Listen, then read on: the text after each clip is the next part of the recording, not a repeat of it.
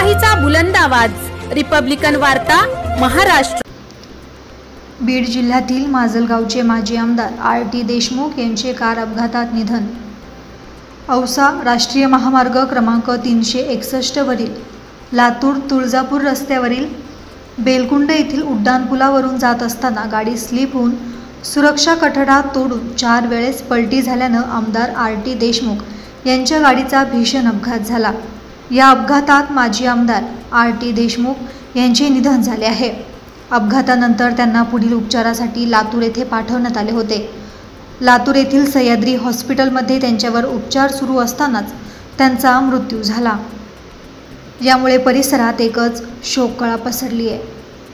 Republican वार्तासाठी Latur जिल्हा प्रतिनिधी Sagir Momin, Latur. Subscribe now and press the bell icon. Never miss an update.